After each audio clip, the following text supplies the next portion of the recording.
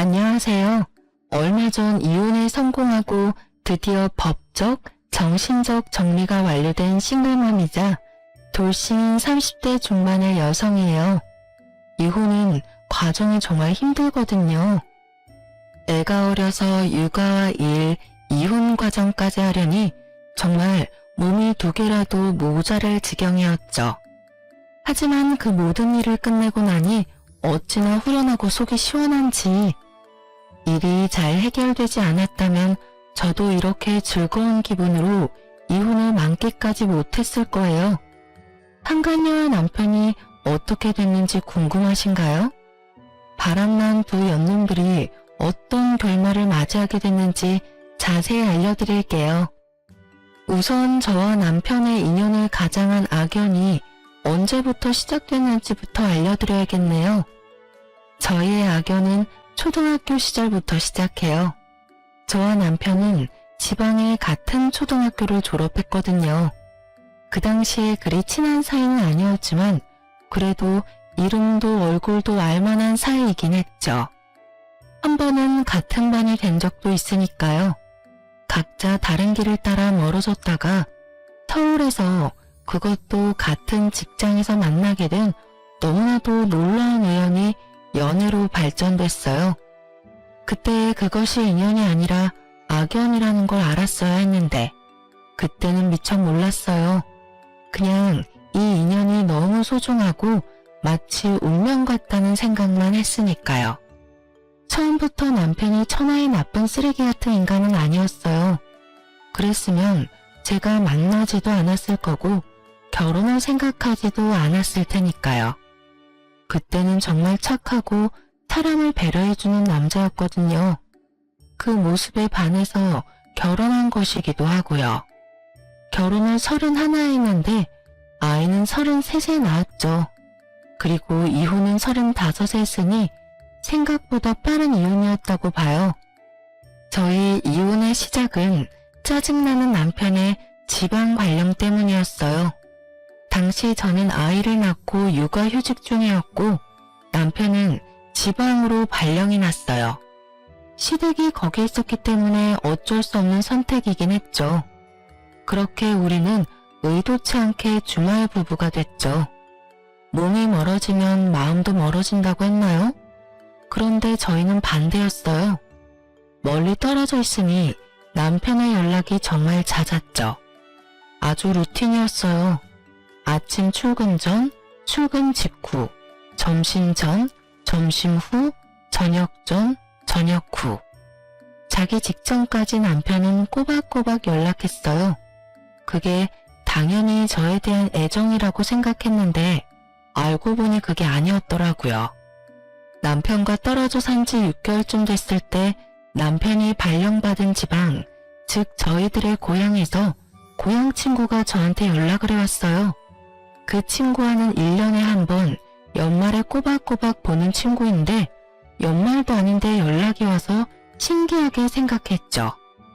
야, 동영상 하나 보낼 테니까 확인 한 번만 해봐. 이거 네 남편 맞아? 저는 친구가 보내준 동영상을 열었어요. 그리고 거기에 찍힌 걸 보고 제 눈을 의심했죠. 어떤 여자와 제가 잘 아는 번화가를 걸어가고 있더군요. 여자는 남편의 옆구리에 딱 붙어 있었고 남편의 손은 여자의 허리쯤에서 그 여자를 자신의 곁으로 밀착시켜 놨더라고요. 게다가 영상은 거기서 끝난 게 아니었어요. 두 사람이 번화가에서 모텔촌으로 이어진 길로 들어가고 있었다는 게 문제였죠. 그쪽은 정말 모텔들밖에 없는 곳으로 남편과 연애할 때 저도 거기에서 숙박한 적이 있었거든요.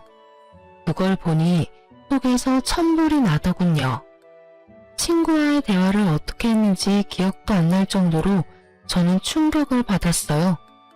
아기가 배고파서 울어대자 정신이 들었죠. 아이 젖을 주고 있는데 슬슬 화가 치밀어 오르더군요. 생각할수록 더 열받기 시작했어요. 그렇지만 마음속으로 그런 생각도 들었죠. 직접 본 게 아닌데 남편이 아닌 건 아닐까 하고 그렇지만 남편의 소지품과 옷이 너무나 남편 것이어서 어떻게 해야 하나 고민하다가 결국은 확인만 해보기로 결정했어요. 주말마다 남편이 집에 올라오는데 남편이 올라오자마자 저는 아이를 남편에게 맡기고 급하게 나오는 척하며 이야기했어요. 자기야, 나 바쁜데 자기 차 좀 써도 돼? 지금 친구 아프대서 지금 바로 가야 돼. 그래 빨리 갔다 와. 근데 당신 차는 어쩌고? 내 차 퍼졌어. 그럼 좀 빌릴게. 그렇게 이야기하고 후다닥 내려와서 차를 몰았어요. 그리고 조용한 데 차를 세우고 블랙박스부터 확인했어요. 언제부터 그 여자 만난 건지는 모르겠지만 남편은 분명 처음에는 블랙박스를 꼼꼼하게 지웠을 거예요. 그런데 시간이 지나면서 들키지 않는 걸 확인하고는 마음이 풀어졌는지 블랙박스는 지워지지 않았더라고요. 그리고 찾아냈죠. 두 사람의 불륜 현장을. 블랙박스에 고스란히 녹음이 다 되어 있더군요. 오빠, 이번에는 서울 안 가면 안 돼? 나랑 놀러 가자. 우리 여행도 제대로 못 다니는데. 나도 우리 예쁜이랑 같이 놀러 가고 싶지. 근데 와이프가 의심할 거야. 내가 못 간다고 하면 우리 엄마한테 전화부터 할걸? 그렇게 걸려서 우리 못 만나는 것보다는 조용하게 길게 가는 게 더 나아. 그래야 안 들키지. 오빠 마음이야 잘 알지. 날 얼마나 사랑하는지. 나도 오빠 정말로 많이 사랑해. 그래서 항상 같이 있고 싶다고. 그 여자만 아니면 우린 행복하게 사랑하며 살 수 있을 텐데. 정말 짜증나. 조금만 참아. 와이프랑 이혼만 하면 자기랑 같이 알콩달콩 살자. 약속이야? 그 대화가 바로 어제 저녁의 대화더라고요. 그 대화뿐만이 아니라 두 사람이 차 안에서 그런 짓을 하고 있는 것까지 다 녹음됐더군요. 누가 들어도 알 정도로 명백하게. 결국 저는 끝까지 다 듣지도 못하고 그 더러운 기분을 접은 채 블랙박스 영상을 폰으로 옮겼어요. 옮길 수 있는 장치를 다 가져왔거든요. 이렇게 바로 남편의 외도를 알아챌 수 있을 거라 생각하지 못해서 충격이 더 컸던 것 같아요. 남편과 이혼을 생각했다가 곧 지웠어요. 이혼은 최후의 수단이다. 최대한 아이를 위해서 끌어보자 그 생각이었죠. 그 여자가 나가 떨어져 준다면 남편을 제가 평생 단속하며 살면 될 거라고 그렇게 생각했어요. 그래서 흥신소에 부탁해서 그 여자 전화번호부터 알아냈어요. 그리고 그 여자에게 전화를 걸었죠. 모르는 번호인지 전화를 받지 않던 그녀가 5번의 통화 끝에 전화를 받았어요. 여보세요? 안녕하세요. 저 김현진 씨 와이프 되는 사람이에요. 저희 남편이랑 만나고 있는 거 확인하고 전화했어요. 남편이랑 관계 끊어주셨으면 좋겠어요. 제 말에 상간녀의 반응은 정말 뜻밖이었어요. 제 연락처 어떻게 알았어요? 이거 사생활보호법에 걸리는 거 알아요? 남편과 헤어져 달라는데 그게 중요해요? 그럼 사생활보호법으로 신고하던가요. 저도 상간녀 이혼 소송할 테니까요. 남편 유부남인 거 알고 만난 거 다 알고 증거도 있어. 그러니까 어디 한번 해보던지. 근데 생각할수록 어이가 없네. 방귀 낀 놈이 섞는다고 어디서 유부남한테 꼴이나 치는 년이 법을 따지게 됐는지. 어쨌든 저희 남편하고 당장 헤어져. 헤어지지 않으면 진짜로 소송할 거야. 이봐요. 남자가 바람피는 게 왜 내가 꼬리를 쳤다고 생각해요? 그쪽 남편이 날 너무 좋아해서 떨어지지 않는 걸 왜 내 탓을 하냐고요. 그렇게 남편 마음 돌리고 싶으면 그쪽이 잘하면 되잖아요. 저한테 전화해서 할 말은 아니죠. 내가 잘못한 게 뭐가 있는데요? 잘못한 게 차고 넘치는 사람한테 이런 이야기를 들으니 순간 말문이 턱 막혔어요. 무논리로 사람을 당황하게 만드는 재주가 있더라고요. 그럼 지금 너한테 잘못이 없다는 거야? 야, 남자가 꼬리를 쳐도 유부남인 걸 알았으면 미리 손절을 했어야 할 거 아니야. 법적으로 내 남편이고 그 남자랑 너는 불륜을 저지른 사람들이라고. 너 진짜로 남편이랑 헤어질 생각 없어? 좋아. 그럼 내가 남편한테 너랑 헤어지라고 말할게. 만약 이번에 안 헤어지고 또 만나면 그때는 남편은 둘째치고 너만은 얼굴 들고 못 살게 만들어줄 거야. 알아들었어? 어디서 반말이에요? 어린 여자한테는 반말 칙칙해도 돼요? 예의도 모자라고 교양도 없는 주제에 그것도 본철하고 저한테 전화해서 갑질하는 거 진짜 한심하고 웃기거든요? 이야기 다 끝났죠? 이제 할 말 더 없죠? 그럼 끊을게요. 2번 다시 전화하지 마세요. 수신 거부 걸어놓을 거고 할 말 있으면 당신 남편 통해서 하세요. 아시겠죠? 정말 재수가 없으려니까. 상간녀는 그렇게 말하고 전화를 탁 끊어버리더군요. 정말 띵 받았어요. 남편과 헤어지라는 말에 저게 상간녀의 태도인가요? 상간녀들 뻔뻔하다더니 정말로 그렇더군요. 확답을 듣지 못한 저는 결국 남편에게 따졌어요. 당신 바람 피는 거 나 다 알아. 내가 그 상간녀한테 전화했는데 헤어지라니까 말 다 했으면 끊으래. 2번 다시 전화하지 말라고. 뭐? 상간녀? 나한테? 모르는 척 발뺌하려는 남편에게 동영상 보여줬어요. 블랙박스 영상도 보여줬죠. 이 정도면 발뺌할 생각 안 하는 게 더 낫지 않아? 내가 의심만으로 당신한테 이런 말 할 사람이야? 당연히 증거가 있으니까 이런 말 하는 거잖아, 인간아.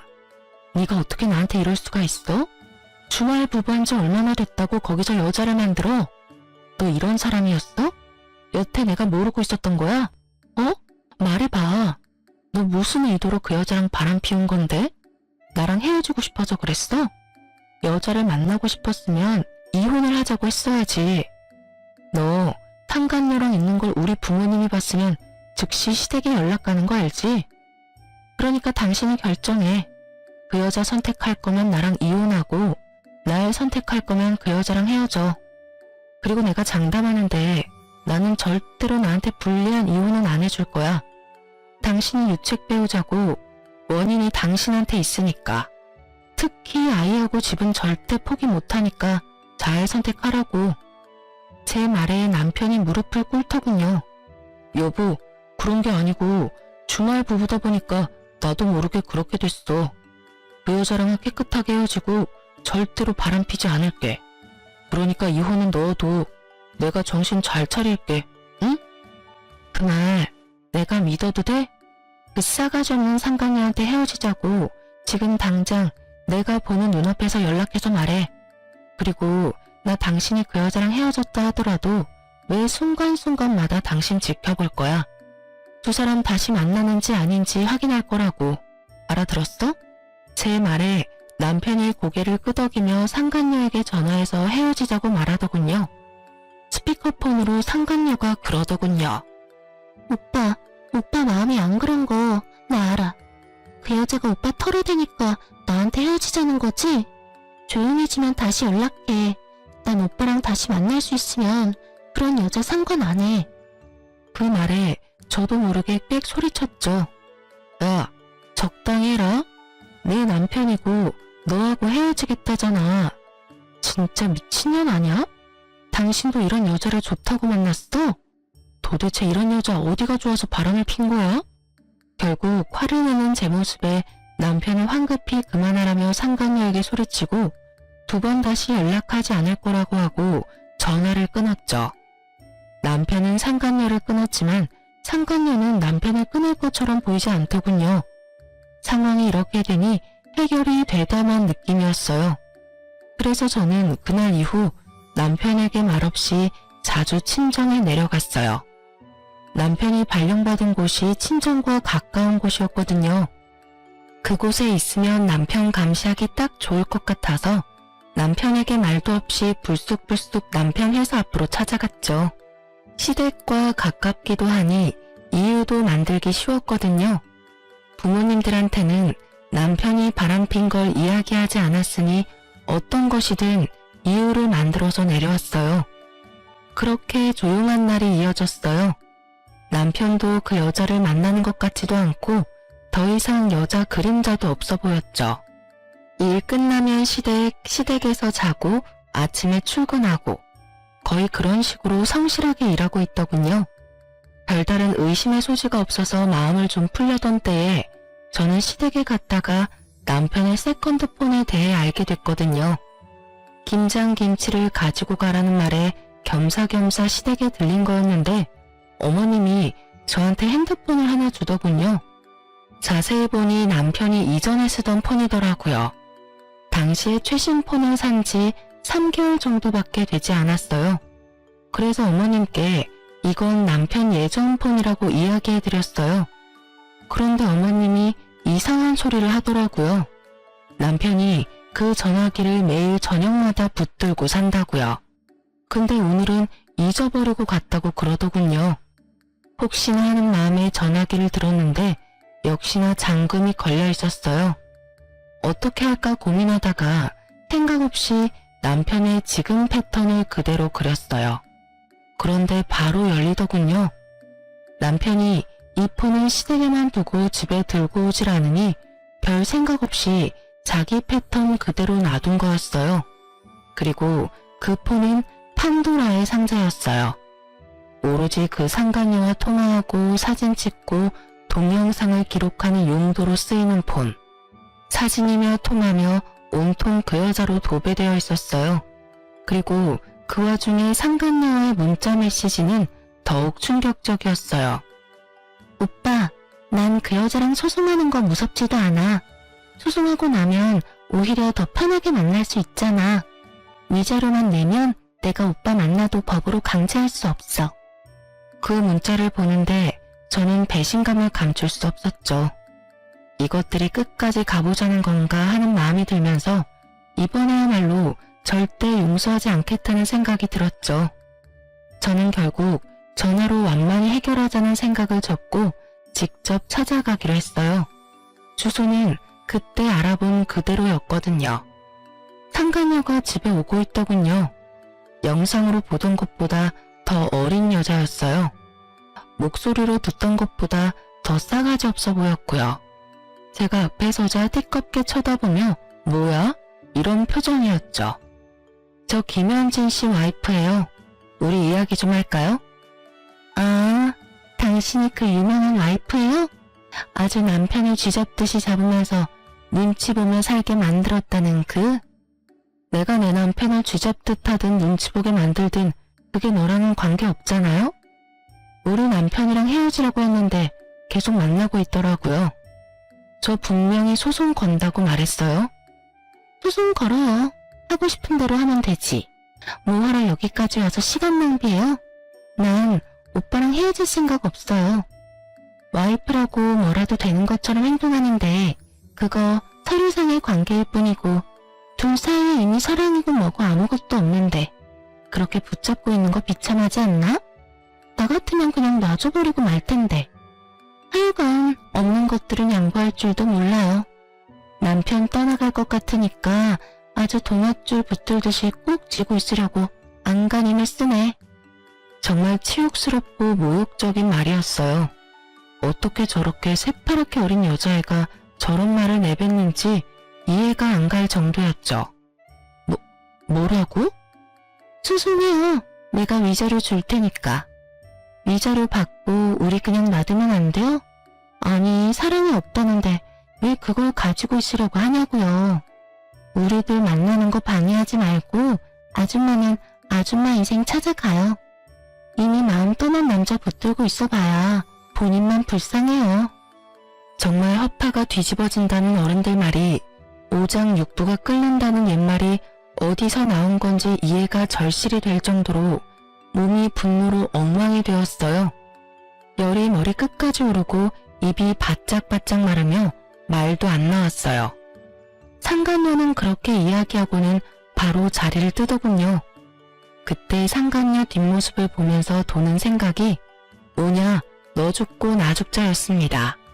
그렇게 저는 그날 이후로 상간녀의 폰으로 매번 남편과 헤어지라는 문자를 보냈어요. 아침, 점심, 저녁 시도 때도 없이 문자를 보내서 그런지 그 뒤부터는 제 전화를 수신 차단했는지 아예 반응조차 없더군요. 그래서 주변 사람들 전화기까지 빌려서 문자를 보냈더니 결국 저한테 문자가 왔어요. 물론 제가 생각하고 상상하던 문자는 절대 아니었어요. 계속 문자 보내고 전화하면 스토커로 신고하겠습니다. 정말 싸가지도 없고 생각도 없는 그 문자에 저는 열이 뻗을 대로 뻗었지만 제가 할 수 있는 건 상간녀 소송 하나뿐이었어요.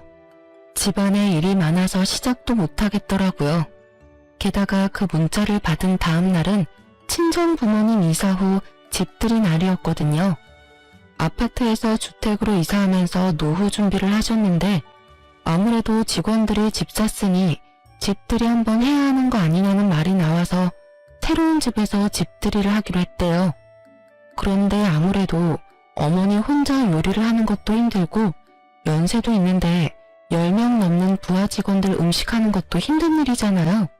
그래서 제가 가서 도와드리기로 했어요. 결국 상간녀에게 받은 모욕과 스트레스는 고스란히 묻어둔 채 친정으로 갈 수밖에 없었죠. 시댁에 잠깐 애를 맡기고 친정으로 갔더니 어머니 혼자 열심히 음식상 차리고 계시더라고요. 저는 친정엄마를 도와 앞치마를 하고 손에도 팔토시를 한 뒤 머리를 질끈 묶어서 일을 도왔어요. 친정엄마는 요리에 소질이 없으셔서 이번에 집들이 할 때도 케이터링 업체를 통해서 음식을 준비했거든요. 퀵으로 도착한 음식을 집안으로 옮기는데 현관이 시끌벅적하더군요. 바로 친정아버지 직원들이 집들이를 하러 온 거였어요. 저는 몰골도 그리 좋지 않고 꾸미지도 않아서 부엌에 숨어 있으려고 했는데 아버지 부하 직원들 중에 제가 아는 얼굴이 있어서 깜짝 놀랐어요. 바로 상간녀가 거기 있었어요. 저는 숨지 못하고 상간녀와 마주했고 상간녀는 다른 직원들과 아버지를 다 들여보내고 제일 마지막에 들어오며 저한테 한마디 하더군요. 아줌마, 진짜 스토커예요? 어떻게 내가 여기 올 줄 알고 여기서 가사도우미나 하면서 기다리고 있는 거냐고요. 아, 진짜 답 없는 사람이네. 그렇게 남편이 뺏기기가 싫었어요. 그래도 그렇지. 이런 식으로 다른 사람 뒤캐면서 여기 와 있는 건 완전 불법인데다가 사생활 침해죠. 완전 스토커냐? 상간녀는 마치 자신이 피해자인 것처럼 아주 큰 소리로 집안에 있는 모든 사람들이 듣도록 이야기하더군요.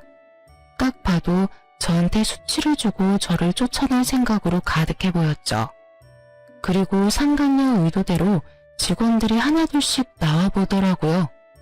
이런 식으로 아버지 직장 동료들과 마주하게 될 줄 몰랐는데 상간녀는 제가 이 집에 그저 자기를 쫓아온 거라고 생각했는지 눈 하나 깜짝 안 하고 거짓말을 줄줄 읊어대더라고요. 진짜 선배, 이 여자 스토커예요. 제 남자친구가 헤어지자고 했는데도 절대 못 헤어진다면서 쫓아다녀요. 게다가 남자친구뿐만이 아니라 저한테까지 와서 이렇게 스토커 짓하고 문자도 매일 보내고 정말 무서워 죽겠어요. 저는 팔짱 끼고 그 이야기를 고스란히 듣고만 있었어요. 상간녀 큰 소리에 나와본 친정아버지와 어머니도 당황스러워하긴 마찬가지였죠. 게다가 직원들이 수근거리며 저를 보며 그러더군요. 스토커는 경찰에 신고해야 하는 거 아니야? 부장님, 이 사람 여기서 어떻게 일하게 된 건지 말씀 좀 해주세요. 아버지가 당황해할 때 제가 상간녀와 아버지 회사의 직장 동료들을 향해 말했죠. 스토커요? 제가 왜 스토커예요? 이 집 딸이 저인데. 당신 부장님 딸이 저예요. 부장님한테 물어보세요. 오늘 집들이 한다는데 일손이 모자란다고 해서 잠시 친정에서 도와주고 있었는데 스토커라는 소리를 들을 줄 몰랐네요. 거짓말도 눈 하나 깜짝 안 하고 진짜 잘하네요. 그쵸? 제 말에 상간녀 표정이 순식간에 휙 가더군요. 저를 스토커로 몰며 피해자인 척할 때와는 전혀 다르게 당황한 표정이었죠. 직원들도 모두 당황해서 서로 수근거렸어요. 직장에 뭐라고 했는지 안 봐도 화나더군요. 분명히 자기가 피해자인 양 이야기했었겠죠. 그렇지만 이제 모두가 진실을 알게 됐잖아요. 자기 과실로 인해서.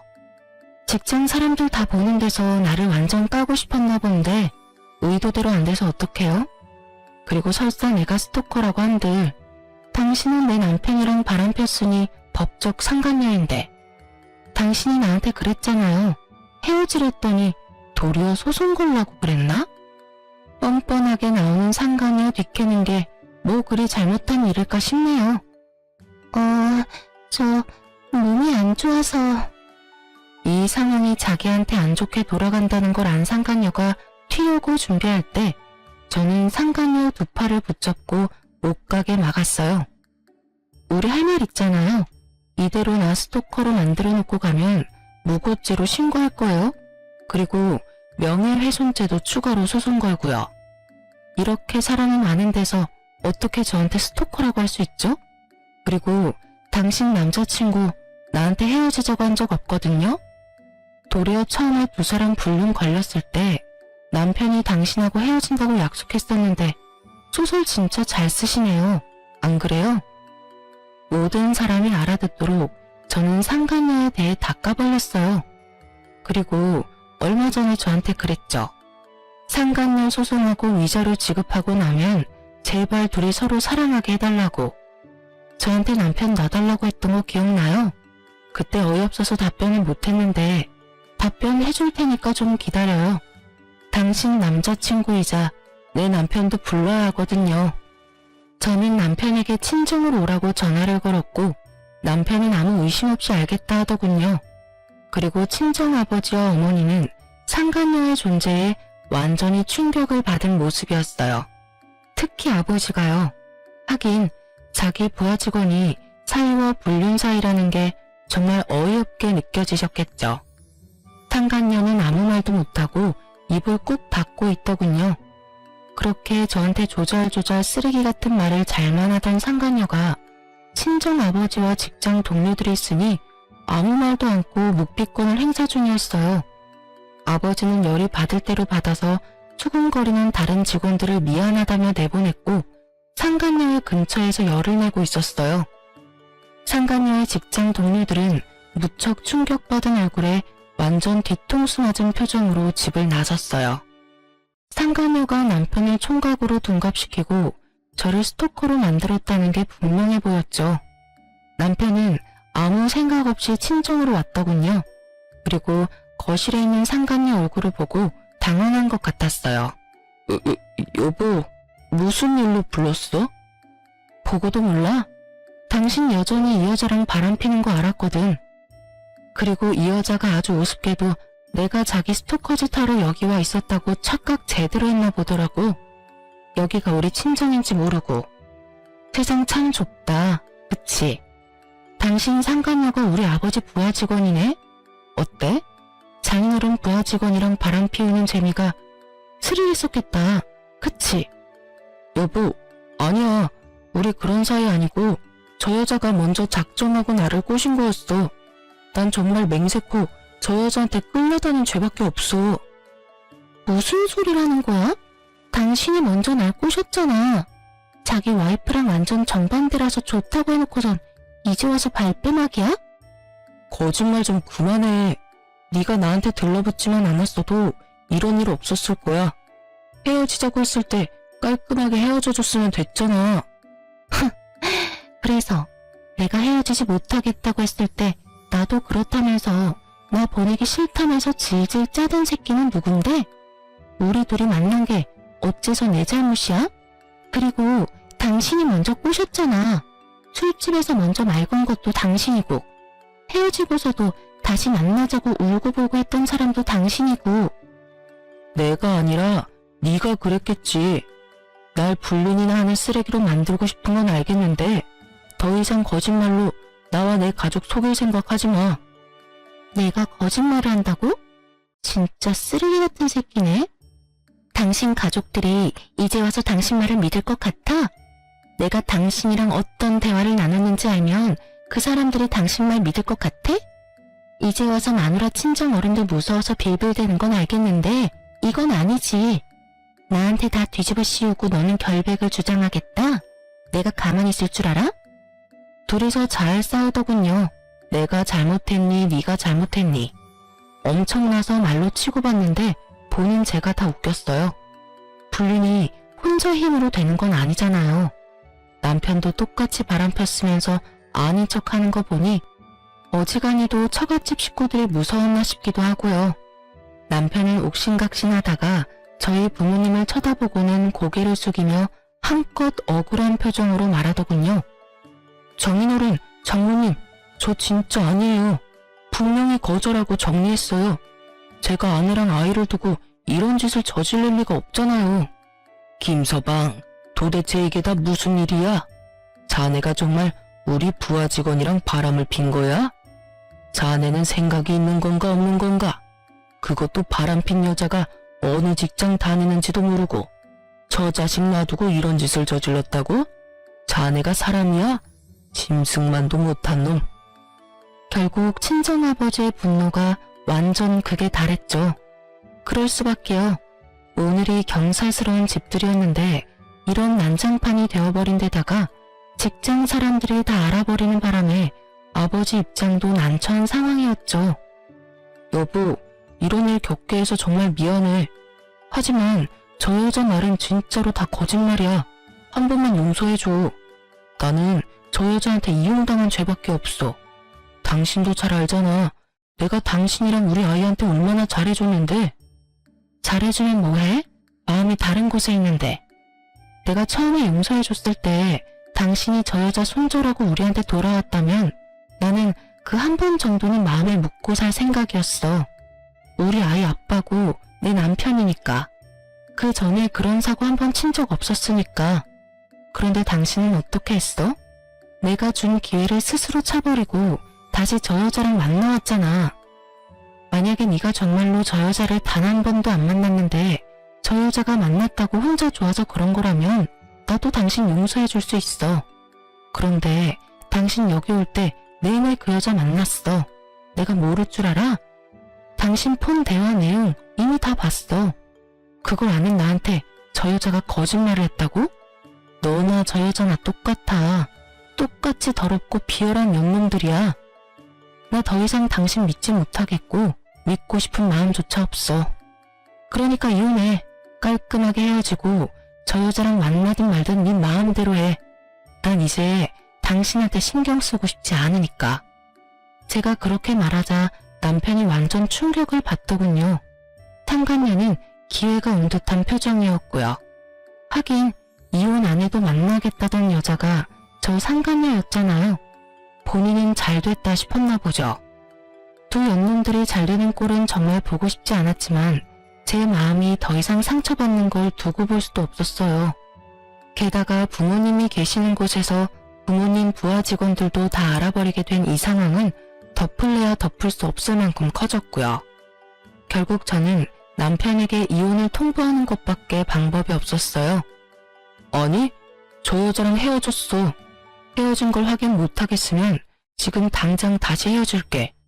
두 번 다시 나 쫓아다니지 말라고. 그런데 왜 우리가 이혼을 해야 해? 나 이혼하기 싫어. 당신이랑 애를 놔두고 내가 왜 이혼을 해야 하는데? 그래, 나 저 여자랑 바람 좀 폈어. 그치만 그 순간뿐이었고 정말로 엔조이였다니까? 사랑이 아니라 그냥 보험 같은 거라고. 그 이야기를 듣는 상간녀가 어이없는 얼굴로 남편에게 따지더라고요. 야, 진짜 개쓰레기 아냐? 뭐? 엔조이? 너 나한테 와이프랑 이혼하고 나랑 결혼하고 싶다고 했어 안 했어? 그래놓고 엔조이? 또다시 둘의 싸움이 시작되자 그 꼴이 보기 싫었던 친정아버지가 시댁에 전화를 걸었어요. 두 분은 같은 지방에 있으면서 친한 지인이었거든요. 정 사장, 날쌔. 여기 지금 자네 아들 와 있으니 데려가. 우리 딸이랑 이혼할 거야. 왜긴 왜야? 당신 아들이 바람 펴서 상간녀가 지금 우리 집에 와 있다고. 도대체 자식을 어떻게 키우면... 어쨌든 어서 와서 데려가게. 지금 혈압 올라서 쓰러질 것 같으니까. 시부는 놀라서 한달음에 달려왔고 거기서 상간녀와 티격태격하는 남편에게 버럭하더군요. 너 이게 다 뭐야? 너 진짜 바람 폈어? 아버지, 그게 아니라 나 이 여자랑 벌써 헤어졌어요. 와이프가 헤어지라고 해서 이미 헤어졌는데 저 여자가 들러붙는 바람에 이혼하게 된 거라고요.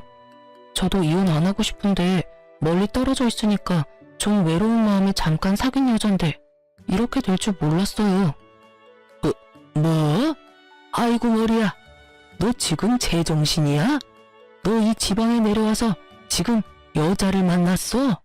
네 부모, 네 와이프 부모님 다 여기 있는데 간도 그게? 정신 나간 놈, 너 이리 와. 당장 집으로 가. 동네 망신 다 시키지 말고. 결국 남편은 시부의 손에 이끌려 시댁으로 돌아갔어요. 상간녀는 남편에게 들러붙으려 했지만 시부가 차갑게 거절하더군요. 아가씨는 뭔데 우리 집에 따라오려고 해? 알아서 집으로 가. 젊은 아가씨가 간도 크게 유부남을 꼬셔서 집안을 이렇게 쑥대밭으로 만들어? 우리 아들이 마음에 들어 해도 우리는 절대로 아가씨 허락 못하니까 알아서 처신 잘해. 시부의 칼같이 끊어버리는 말에 상간녀도 벙친 것 같더군요. 그렇게 한바탕 집안에 소동이 있고 나서야 저와 남편은 이혼을 할 수 있게 됐어요. 서로가 아는 사이였던 양가 아버님들 덕분에 이혼은 생각보다 순탄하게 됐어요. 시댁에서는 아들의 잘못인데다 상간녀가 처가에 찾아왔다는 것만으로도 고개를 들 수 없을 만큼 미안해했어요. 게다가 아버지 부하 직원과 바람이 난 남편 때문에 회사 안에 소문이 파다하게 나버려서 시부가 어찌할 도리도 없었죠. 이혼 후 친정에 한번 내려왔는데 아버지가 그러더라고요. 그년 결국 퇴사했어. 내가 진짜 어이가 없어서 자기가 잘못해놓고 끝까지 사람들한테 거짓말. 아니 어떻게 그런 짓을 해놓고 직원들 앞에서 그딴 짓을 하고도 여전히 거짓말을 할 수 있는지. 뻔뻔함에 등수가 있다면 1등을 하고도 모자랄 거야. 드물게 사랑을 탓하는 말을 하는 아버지를 보면서 죄송한 마음이 먼저 들었어요. 의도한 건 절대 아니지만 부하 직원들 앞에서 딸이 상간녀와 마주하게 되는 상황을 목격하셔야 했으니까요. 게다가 그 뒤에 수습부터 회사 안에 난 소문까지 제가 해야 할 일들을 아버지가 했다는 생각이 들어서 면목이 없었거든요. 미안해 아버지, 그런 일 당하게 해서. 퇴사면 자기 발로 나간 거네요? 절대로 안 나가려는데 온 회사의 소문이 다 난 데다가 여전히 거짓말하면서 사람들한테 자기 믿어달라면서 들러붙는 거야. 뭐라고 했다더라? 내 딸이 자기를 괴롭혀서 어쩔 수 없었다나? 그러면서 사랑에 죄가 있는 건 아니잖아요. 그딴 소리나 해대고. 결국은 나도 못 찾았지. 나 몰래 그런 소리 하고 다닌다는 거 듣고 기회 봐서 또 네 욕하고 있을 때 한마디 해줬어. 그렇게 사랑하는 놈이 우리 딸한테 와서 이혼은 절대 안 된다고 눈물 콧물 다 뺐겠냐고. 내 딸 악녀로 만들어서 불륜 정당화하고 싶은 건 알겠는데 그런 거 하고 싶으면 회사 아니라 밖에서 하라고 말이지. 그 후로 일로 몇 번 부딪혔는데 결국 아무도 자기 말에 호응 안 해주니 혼자 나가 떨어지더라. 주변 사람들한테까지 따돌림 당하고 나니 직장에 있을 수가 있었겠어? 여전히 입만 살아서 당당하고 떳떳하게 행동했나 보더라고요. 사람은 역시 변하지 않나 봐요. 그렇게 아버지께 상간녀의 퇴사 소식을 듣고 나서 상간녀가 전 남편 회사에서 기웃거린다는 소문이 들려왔어요. 전 남편과 제가 같은 직장이었다 보니 지방이라도 아는 사람은 몇 있었거든요. 다 같이 모여서 워크숍도 하고 그러니까 같은 지방 사람 있으면 다 친분이 생기더라고요. 그때 알게 된 동료가 다 이야기해 주더라고요. 너 혹시 무슨 일 있어? 네 남편한테 여자 붙었어. 퇴근 시간마다 와서 기다리던데 무슨 일이야? 지금 여기 소문 다 났어. 남편, 아니 전 남편 상간녀야. 나 그 남자랑 이혼하거든. 아직 이혼 완료한 건 아닌데 이혼 숙려 기간 중이라서. 근데 다시 합칠 일이 절대 없어. 뭐? 너희 이혼한다고? 근데 네 남편은 너랑 이혼할 것 같은 걸로는 안 보이던데? 그 여자 발견하더니 사색이 돼서 우리가 무슨 사이냐고 물었더니 미친 여자라고 하더라고. 완전 질린 얼굴이어서 어디서 여자가 잘못 꼬였나 싶었는데 뭐 잘못 꼬였다기보다 자기들끼리 좋아서 바람 펴놓고서는 상간녀는 나한테 이혼하라고 당당하게 요구하고 남편은 절대 이혼 못한다고 그 여자는 엔조이였다고 하더라고. 근데 상간녀는 전 남편 포기 못하나 봐. 결국은 회사까지 찾아갔나 보네. 나 다음 달이면 육아휴직 끝나고 회사 돌아가는데 본사에는 안아줬으면 좋겠어. 아, 이게 무슨 망신이야? 남편이 잘못했는데 쪽팔리면 다 내 몫이니. 그 이야기를 들으니 웃겼어요. 상간녀는 제가 이혼만 하면 자기가 본처가 될 줄 알았나 보더라고요. 그런데 그게 쉬운 일인가요, 어디? 남편은 엔조이였다는데 인정도 하지 않고 회사에 찾아가는 악수까지 뒀으니 속으로 제발 본사만 오지 마라 빌었는데 전 남편의 지방 발령도 종료되고 본사로 올라오니 상간녀도 역시 같이 올라왔더군요. 지방의 소문이 본사까지 올라오는데 한 달도 안 걸리더라고요. 아는 사람은 아는 우리의 이혼 소식을 몰랐던 사람들도 상간녀의 등장으로 모두 알게 됐어요. 사람들은 모두 저에게 괜찮냐고 물어봐줬고요. 누가 봐도 이 상황에서 피해자는 저고 가해자는 전 남편과 상간녀였잖아요. 결국 온 회사의 소문이 다 난 상간녀와 남편의 행동에 남편은 견디지 못하고 퇴사를 했다고 하더라고요. 육아휴직 후 복귀한 저와 남편은 회사에서 몇 번 마주쳤는데 그때마다 끈질기게 이혼하고 싶지 않다고 말하길래 다 개무시했고요. 결국 저한테 기댈 수도 없고 회사에서도 이미 소문 다 나서 퇴사하고 지방으로 내려갔다고 하더라고요. 근데 웃긴 건 퇴사하던 날부터 한 일주일 정도 상간녀가 회사 앞에서 전 남편을 기다리고 있더라고요. 결국 전 남편 못 찾으니 퇴근하는 저까지 붙들고 묻더라고요. 어디로 빼돌렸어요? 둘이 재결합하는 건 아니죠? 나한테 상간녀 소송해놓고 위자료만 받고 둘이서 합치기만 해봐. 합칠 생각 추호도 없고 그 사람이라면 벌써 일주일 전에 퇴직서 내고 나갔어. 가만 보니 둘이 잘 되는 것도 아닌 것 같은데 이혼해줬으면 적어도 내 눈앞에 띄지는 말아야지. 어이가 없어서 그걸 왜 나한테 물어봐? 그 말 듣더니 사색이 된 상간녀가 후다닥 뛰어가더군요. 그 꼴을 보니 어찌 그리 통쾌하던지. 그렇게 믿고 따르던 전 남편이 자신을 버릴 줄을 일주일이나 모르고 있는 걸 보니 두 사람 사이도 답이 나오더군요. 친정 아버지 말을 들으니 전 남편은 본사에서 퇴사 후 고향인 지방으로 내려와 시아버지와 함께 화물차를 몬다고 하더군요. 그런데 더 웃긴 건 상간녀가 그걸 또 어떻게 알고 전 남편을 쫓아왔다고 하더라고요. 본인 일자리 찾아가면 좋을 텐데 하긴 알아보니 이미 그쪽 계통으로는 소문이 다 퍼져서 새 직장 갖기는 힘든 것 같더라고요. 그것도 본인이 그렇게 만든 거니까요. 자기 탓이죠. 자기 팔자 자기가 열심히 꼬아댄 거 누구 탓을 하겠어요? 게다가 그 상간녀도 정말 보통이 아닌 게 전 남편만 있으면 지구 끝까지 달려갈 기세더라고요. 세상에서 제일 지독한 찰거머리가 따로 없었죠. 결국 전 남편이 그 상간녀 상대로 접근 금지 신청까지 시켰다는 이야기 듣고는 배꼽 빠지도록 웃었어요. 그렇게 사랑하니 어쩌니 하더니만 결국 이렇게 변심하게 될 줄이야. 10길 물속은 알아도 한 길 사람 속은 모른다더니 전 남편도 상간녀도 상대가 저런 사람인 걸 모르고 만났다는 게 더 웃겨요. 상간녀가 저한테 스토커라고 몰아붙이더니 보세요. 지금은 누가 스토커인지 모를 정도잖아요. 어쨌든 이혼 후에 가장 크게 웃었어요. 둘이 이렇게 잘 못 산다는 걸 알고 나니 마음이 개운한 것이 이혼하길 잘했다는 생각이 들어요. 이혼을 하고 힘들지 않은 건 아니지만 이혼하지 않았다면 더 힘든 것이 당연했을 거라는 생각이 들었어요. 싱글맘으로 살다 보면 정말 너무 힘든 일이 많거든요. 그럼에도 불구하고 그때로 다시 돌아간다면 절대로 지금과 다른 선택을 하지는 않았을 거예요. 좀 더 신중하게 행동하기는 했겠지만요. 서투른 사연 봐주셔서 감사합니다.